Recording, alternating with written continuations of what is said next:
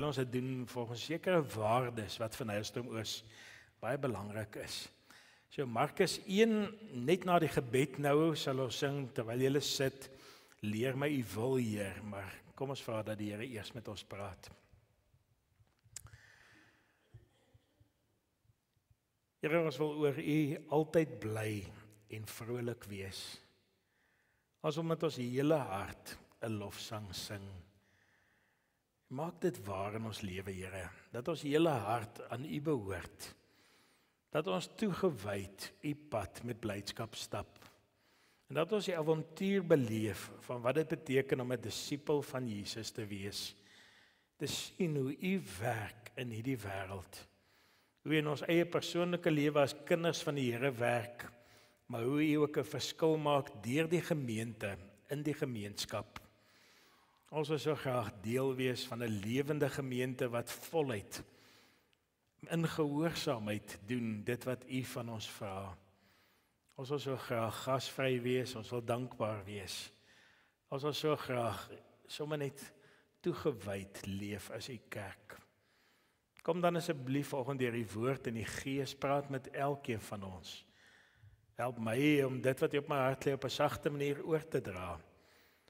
Help elkeen om wat dit hoor, om volgens duidelik die stem van die Here ook in hulle lewe te hoor. En kom deur die krag van die Gees, Here, neem ons in besit, bring ons in beweging, help ons om voluit vir u te leef. Dankie dat ons u woord kan oopmaak vanoggend, die woord wat al 2000 jaar u kerk op die regte pad hou. Lei ook vir ons daardeur.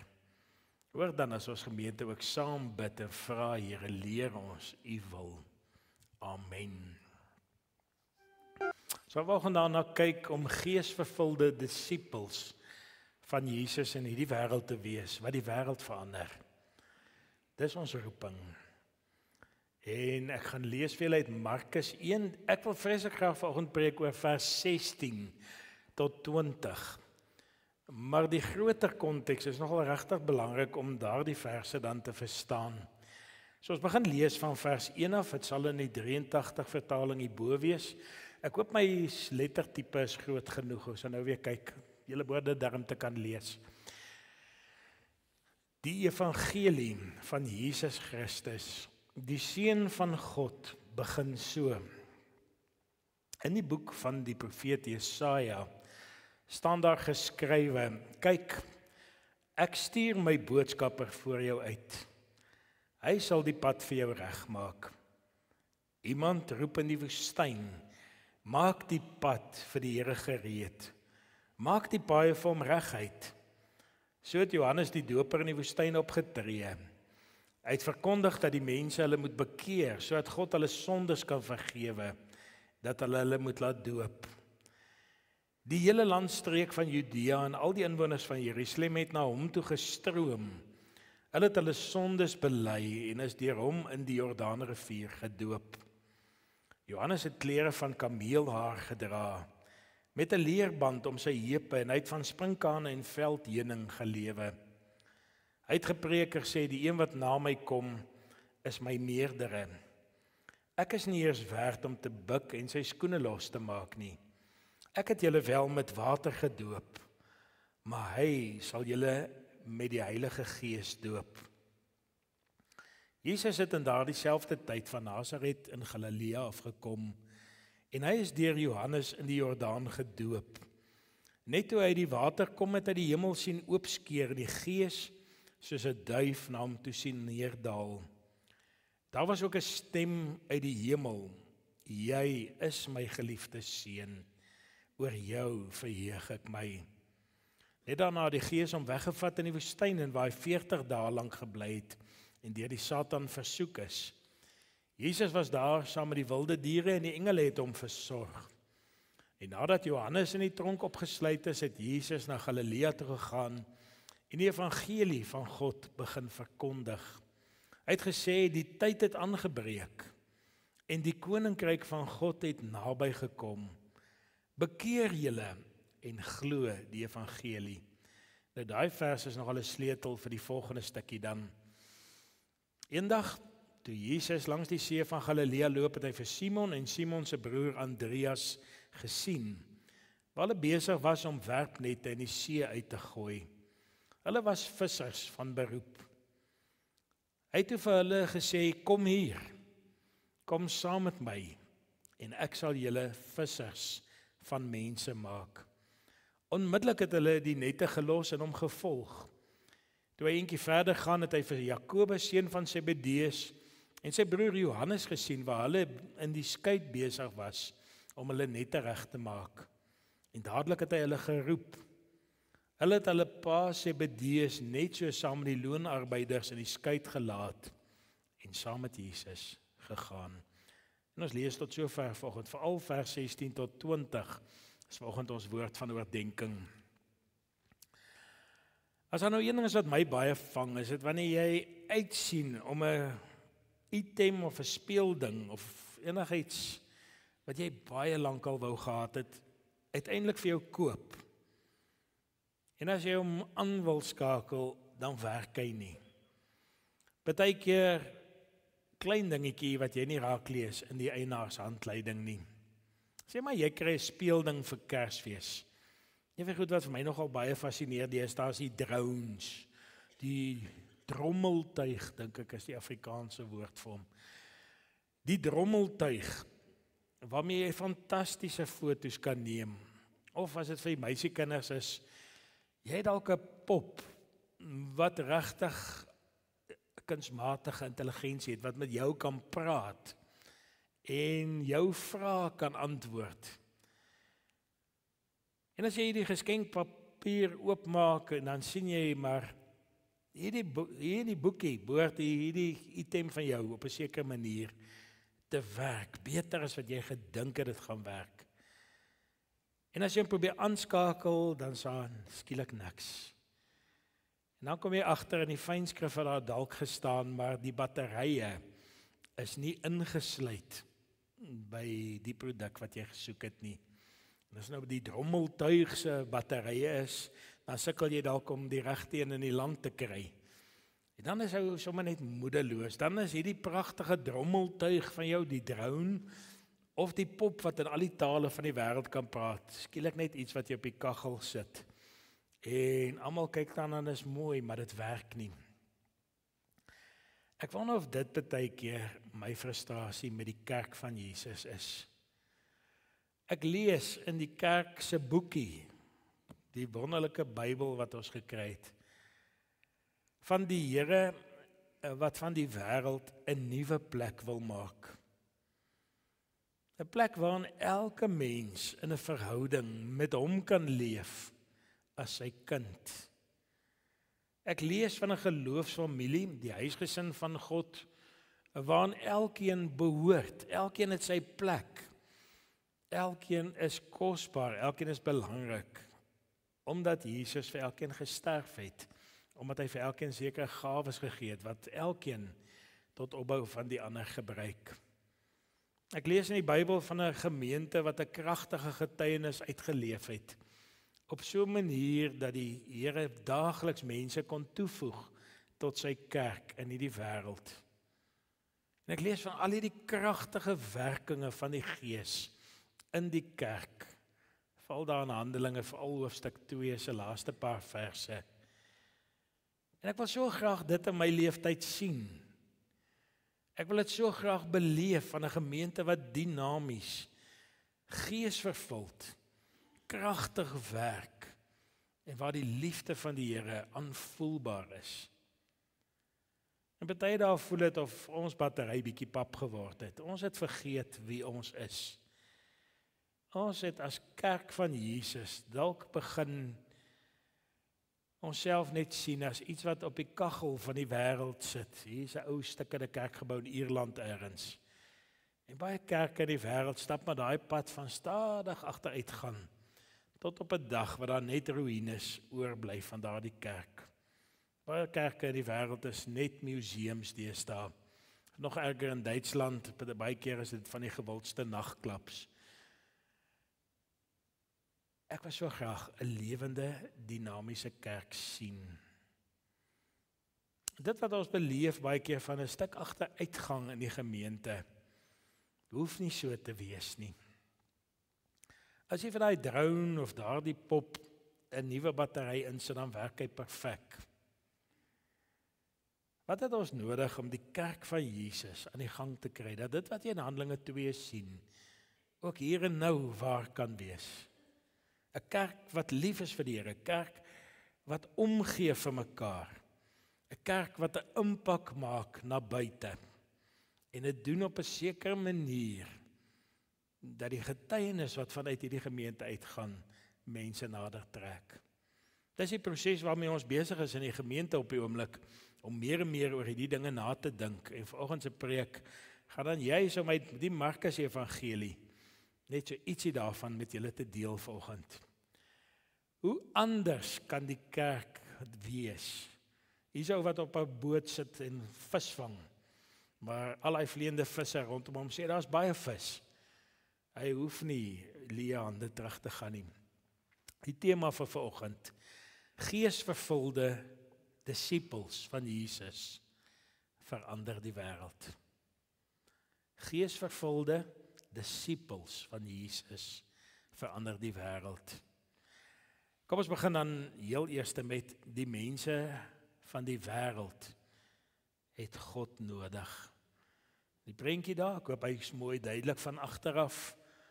'n Baie ongelukkige vis wat tussen al die besoedeling van die wêreld vasgevang is. Hy kry nie suurstof nie, hy is daar in die vuil water van die besoedeling van hierdie wêreld.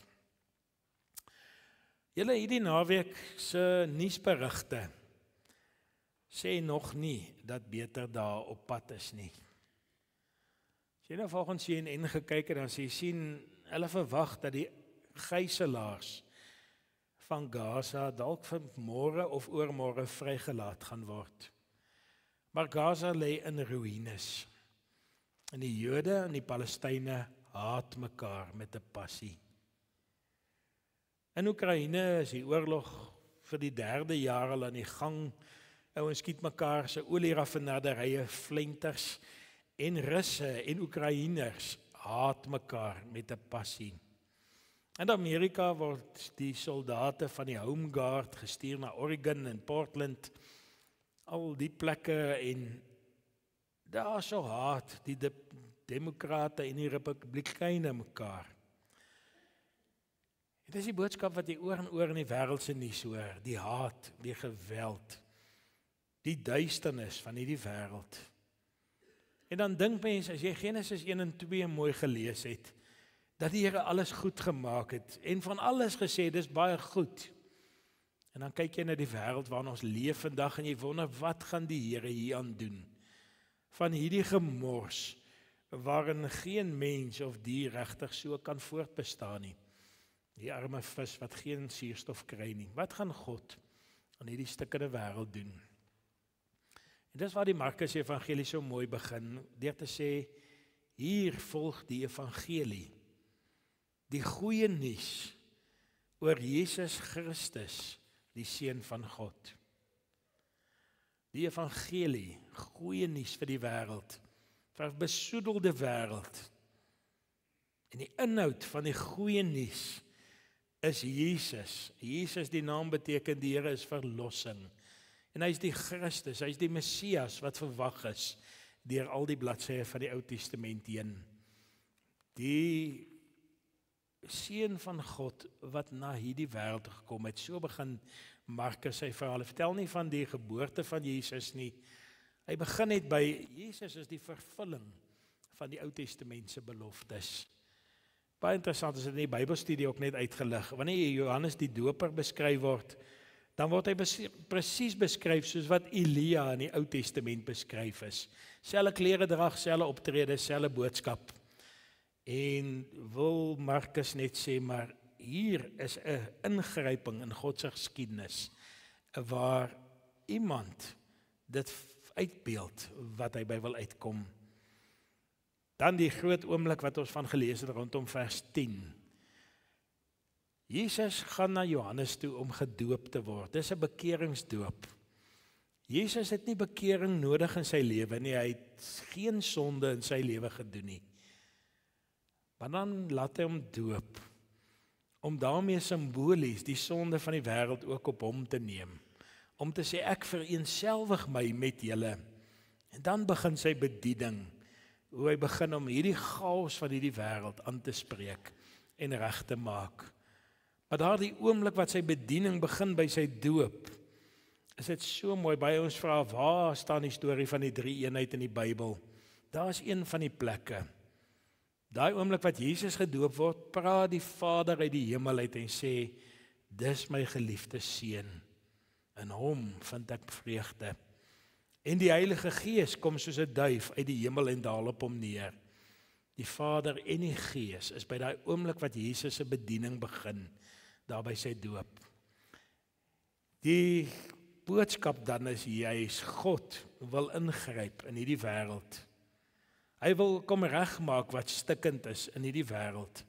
En wanneer Jesus dan begin preek, dan sê hy, bekeer julle, want die koninkryk van God het nader gekom. Om te sê, daar's 'n alternatief op die chaos van hierdie wêreld. Die wêreld is soos 'n dodelike poel, vol besoedeling, wat alle lewe vernietig. En ons is gebore in hierdie ou stikkende wêreld. Ons het dringende ingryping van God in ons lewe nodig, om vanuit hierdie dodelike poel gered te word na die lewende water van Jesus se koninkryk. Na daar waar ons lewe en hoop kan hê in God se koninkryk wat naby gekom het. En dit moet jy raak sien wanneer Jesus dan praat en roep dat ons vissers word. Daar's lewende water beskikbaar. Daar's 'n alternatief op die doodsheid van hierdie wêreld. En dis die koninkryk van God. Daar waar Jesus koning is, daar waar hy nommer 1 in ons lewe is, daar is lewe en hoop en 'n toekoms vir mense. Die koning het gekom. Die koning wil graag heers oor sy koninkryk. En dis die eerste dimensie van dit wat ons aan dink wanneer ons in ons visioneringsproses is. Ons verhouding na bo. Hoe kan elkeen van ons in 'n lewende verhouding met God leef? Hoe kan ons deur ons bedieninge ander mense inspireer om 'n behoefte na God te hê? Dit gaan rondom ons eredienste, dit gaan oor ons musiekbediening, dit gaan oor ons gebedsbediening. Dit gaan selfs oor iets soos katekese om ons kinders aan die Here beter bekend te maak. En op so 'n manier is dit een van die terreine wat ons baie wil fokus. Hoe kan ons in ons verhouding met die Here al hoe dieper groei, al hoe meer gehoorsaam wees, al hoe meer toegewyd wees? Want hierdie wêreld het die alternatief van God se koninkryk nodig, daar waar hy koning is. Dis wat Jesus vir ons kom aanbied. Dan die tweede gedagte vanoggend is, ons word deel van 'n geloofsfamilie, 'n nuwe geloofsfamilie. Wanneer Jesus die roeping aanvaar met sy doop om die wêreld te kom red, dan wil hy dit nie alleen doen nie. Hy begin eers deur te preek, te sê, bekeer julle, want die koninkryk het naby gekom. Maar hy wil nie alleen hierdie boodskap dra na die wêreld toe nie. Daarom begin hy om disippels te roep. Hy roep ons tot 'n nuwe lewe, en die voorbeeld dan is hy die eerste disippels wat hy geroep het. En iets in die roepingsproses waarmee Jesus besig is, sien ons wat nodig is in elke mens se lewe. Hy kom eers by Simon en Andreas, twee broers wat vissermanne van beroep was. Hulle is besig met 'n werpnet om vis te vang in die see van Galilea. En nou moet julle verstaan, in die konteks van destyds, is dit wat Jesus hulle vra om te doen, iets ongehoords. In daardie tyd het kinders nie weggetrek van hulle ouers af nie. Mense was baie afhanklik van die hele familie om te oorleef. As jy geboer het, dan het almal saam geboer, almal het saam in dieselfde huis gebly, van die oupas en oumas tot by die kleinkinders. En dan die paas vir sy seun, die ambag geleer van wat in die familie aan die gang is. En so sou daai seun groot word in dieselfde huis bly tot hy eendag as 'n ou man dood is na 'n harde lewe. Vissermanne is langs die water gebore, hulle het hulle lewe daar spandeer en as dit 'n normale lewe was, het hulle dood gegaan langs die viswaters. Jesus kom by Simon en Andreas. En hy sê, kom hier, volg my. Kom saam met my, kom weg, los jou ou lewe agter. Hier's 'n nuwe avontuur, kom saam met my, kom ons gaan verander die wêreld. En om vir 'n ou te vra destyds om jou familie agter te laat, was ongehoord gewees. Ons het die vergelykenis van die verlore seun. Hy het dit probeer en ons weet hoe rampspoedig, daar in Lukas 15 vanaf vers 22, hoe rampspoedig het sy storieetjie uitgedraai, toe hy sy pa agterlaat en wegtrek om lekker te gaan jol op 'n ander plek. Maar tog wanneer Jesus roep, dan sê hy, draai jou rug op jou ou lewe. Dis 'n bekering wat daar ter sprake is. Maak los van wat agter is. En kom saam met my. En skielik is jou fokus nie meer daai ou lewe wat jy bestaan probeer maak het, daar waar die ratreis aan die gang was van elke oggend opstaan, gaan werk, moeg by die huis kom, gaan slaap en môre dieselfde ding doen oor en oor nie. Jesus nooi hulle uit na 'n nuwe lewenswyse en sê, kom saam met my. En ons gaan die wêreld verander, want ons gaan julle vissers van mense maak. Die Heilige Gees moes in hulle gewerk het, want die twee broers sê dadelik ja. En as Jesus so eentjie verder saam met die twee manne stap, dan is daar nog twee broers. En hulle name is Jakobus en Johannes, die seuns van Zebedeus. En ook hulle word genooi, ook hulle antwoord dadelik ja, en stap saam met Jesus die pad. Dit moes die Gees van God gewees het, wat hulle so oortuig, dat hierdie vreemdeling het 'n alternatief op hulle lewe, dat dit 'n beter pad kan wees. Iets moet julle raak sien hierso. Om die pad saam met Jesus te stap, is nie net om jou hartjie vinnig vir Jesus te gee op 'n kamp, en dan die ou pad aan te hou stap nie. Dis nie om 'n stukkie van jou lewe vir Jesus te gee en te dink, nou het ek 'n versekeringspolis teen die hel nie. Dis nie 'n get out of hell free kaartjie om Monopoly aan te haal nie.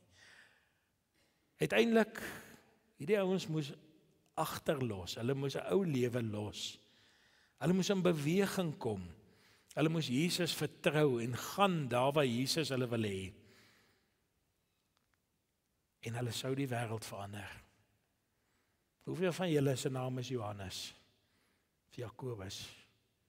Hierdie ouens, dis waar julle name vandaan kom. Vissermanne wat niemand van sou weet vandag nie, totdat hulle Jesus ontmoet het. Simon, wat ook Petrus genoem word. Hoeveel Pieters en Petrusse is daar nie in ons gemeente nie. Wat sou met hierdie manne gebeur toe hulle vir Jesus ja sê? Simon sou later Petrus word, hy sou in Rome gekruisig word vir sy geloof. Jakobus, lees ons al in Handelinge, is onthoof in Jerusalem. Andreas sou op die Griekse eiland Patros gekruisig word op 'n X-vormige kruis. En net Johannes sou 'n ou man word wat eendag die mooiste van almal die evangelie kon beskryf in die Johannes evangelie en vir ons die Openbaring kon skryf. Hulle lewens het verander. En deur hulle gehoorsaamheid het die wêreld verander. Soveel so dat ons kinders na hulle vernoem. Jesus sou sy disippels keer op keer die opdrag gee. Julle moet mekaar lief hê soos wat ek julle liefhet. En so het 'n nuwe geloofsgemeenskap ontstaan. En dis die hart van die kerk. Nie die strukture nie, nie die gebou nie die kerkorde of al die synodevergaderings nie. Kerk is die verhouding van mense wat vir mekaar lief is, omdat Jesus ons lief het. En daarom as ons fokus op ons na mekaar bediening, dan gaan dit oor al die verskillende maniere hoe ons mekaar beter kan dien. Hoe ons mekaar kan bemoedig, hoe ons mekaar kan ondersteun met die omgegroepe. Ons het so dringend weer 'n tipe bediening nodig vir ons wat nie in omgegroepe is nie. om ook hulle gawes en talente in te span. Ook vir hulle die geleentheid te gee om soms by deure te kom welkom sê of tee te skink. Ons het so baie uitdagings rondom, hoe kry ons jeug lekker betrokke? Hoe kan ons jong mense 'n geestelike tuiste gee? Daai mekaar opdragte, dis wat Jesus kom doen het in sy koninkryk om mense aan mekaar vas te maak met bande van liefde, dat hulle mekaar kan ondersteun. Die bediening na binne, die omgee vir mekaar is verskriklik belangrik. Ons het die voorreg om God se kinders te wees. Ons het nuwe lewe by hom ontvang. Maar daar's 'n wêreld wat wag om gered te word. Dis die derde punt vanoggend. Wanneer Jesus sy disippels roep om vissers van mense te word, dan is die bedoeling daarvan om mense te red van die dood. Die gedagte is nie 'n lekker visbraai met al die mense nie. Die gedagte is om hulle lewens te red, dat hulle deel van die koninkryk van God kan wees, in plaas van in die verlore wêreld waar die doodsheid regeer. Dis waar die evangelie, die konteks daarvan is dat Jesus so graag ons wil help om sy koninkryk uit te brei, sodat meer en meer mense gered kan word. Jesus het daarvoor met sy lewe betaal. 'n Ander beeld wat Johannes 10 gebruik het, is dat hy die goeie herder is wat sy lewe vir ons afgelê het. Hy het vir ons die kruis weggegaan en hy het vir ons gesê, as ons sy disippels wil wees, dan moet ons onsself verloon, ons kruis opneem en saam met hom sterf. Dis wat dit beteken wanneer Jesus sê, kom volg my. Dis nie net om gebless te wees, om altyd gesond en gelukkig te wees nie. Dis baie keer 'n lewe van opoffering, van jouself verloon en Jesus kom volg. Dis hoekom die kerk so vinnig gegroei het in die eerste eeue. Mense het verstaan dat dit 'n reuse stap is om jou lewe aan Jesus te verbind. Om vir Jesus ja te sê en hom te volg. Daai eerste disippels het byna almal letterlik vir Jesus gesterf. Maar dis die probleem van die kerk in die tye waarin ons nou leef. In vandag se kerk is disippelskap baie skaars. Ons almal wil graag vir Jesus hê, ons almal wil graag hemel toe gaan. Maar ons is nie altyd bereid om die prys daarvoor te betaal nie. Afgelope ruk kom Dietrich Bonhoeffer se boek net al hoe meer op verskillende maniere na my toe. Dietrich Bonhoeffer is uiteindelik in die konsentrasiekamp in Duitsland doodgemaak, omdat hy gesê het die staat kan nie aanhou om mense te behandel soos dit hulle met die Jode gemaak het nie. Maar in 1937 het Dietrich Bonhoeffer 'n kosbare boek geskryf, The Cost of Discipleship, en waarin hy waarsku hoe dodelik goedkoop genade vir die kerk is. Hy het goedkoop genade die grootste vyand van die kerk genoem. Wat is goedkoop genade? Hy sê dis genade sonder disippelskap. Dis om die doop te bedien sonder kerklike dissipline. Dis om die nagmaal te gebruik sonder skuldbelydenis. Dis om genade te verkondig as 'n beginsel sonder dat dit vra dat jou lewe verander. Almal wil hemel toe gaan, almal wil hier op aarde gebless wees, maar min wil Jesus regtig volg. Want Jesus vra jou alles. Hy vra nie net 'n stukkie van jou lewe nie. Almal wil graag gaan visvang. Min mense wil die evangelie uitleef en met ander deel. Kom ons maak dit dan op toepassing van my en jou vanoggend. Jesus het ons gekies om sy kinders te wees. Staan daar in Efesiërs 1, of hy die aarde geskaap het. Het ons al uitgekies om heilig en onberisplik voor hom te wees. Glo jy dit? Jesus het aan die kruis vir ons sondes gesterf, sodat ons die ewige lewe kan hê. Glo jy dit? Jesus het vir jou geroep, kom, volg my. Glo jy dit? Jesus het vir jou sy gees gegee, die Heilige Gees, jou toegerus met genadegawes om hom, mekaar en die wêreld te dien. Glo jy dit? Daar ruk terug gepreek uit 2 Petrus 1 vers 3 wat sê sy goddelike krag het Het ons alles gegee wat nodig is om te lewe en om hom te dien. God gee alles wat hy vra. Maar glo jy dit? As al hierdie geloofswaarhede waar is in ons lewe, hoe kan die kerk dan so kragteloos en leweloos en amper ambisieloos voortploeter? Wat moet verander? Dink vanoggend moet ons elkeen se gebed wees. Here, kom deur die Gees. Kom verander my. Amen.